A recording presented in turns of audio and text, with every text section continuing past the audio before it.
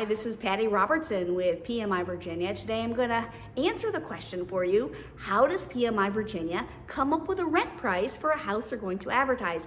And that's a great question. There's a big difference in how we come up with a valuation for a property we're going to sell versus a property we're going to rent. When we're putting a house on the market to sell, we're generally looking at the history of what is sold in the neighborhood of similar houses in the last 6 months, and we use that to determine the price that we're going to list a house for. And we do that because generally a sale is contingent on what a house is going to appraise for, and a house appraised value is going to be contingent on what the history has been. Well, when we rent a property, we don't have to go through an appraisal process. So we don't have to care as much about what is rented in the past. What's most important to us when we're going to place a house on the market for rent is, what does my competition look like on the day I go to market?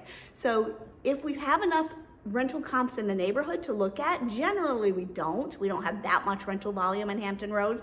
We generally expand out to the high school area, and we look at, let's say we have a single family house that's 4 bedrooms. In the school district of Hickory, for example, what are the options for someone who's out looking for a 4-bedroom rental in the Hickory School District? And based on that information, we look at those properties. How does our property compare to those properties?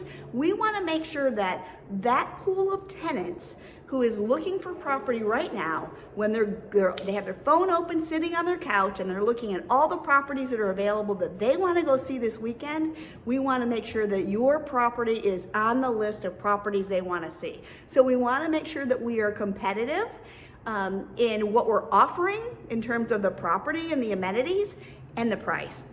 So that's what we do. And then depending on how much competition there is, if there's a lot of competition, we can't be as competitive with price, because we don't want to wait for 5 houses to rent before yours gets rented. When you're looking at your rents, we want to look at not just the rental amount, but what your rental income is going to be for the next 12 months. So I'd rather have, receive $25 less or $35 less than to have a house sit vacant for 30 or 60 days. So we want to avoid that. So we're choosing a rent amount that will cause us to get enough activity to get people interested and get a house rented as quickly as possible.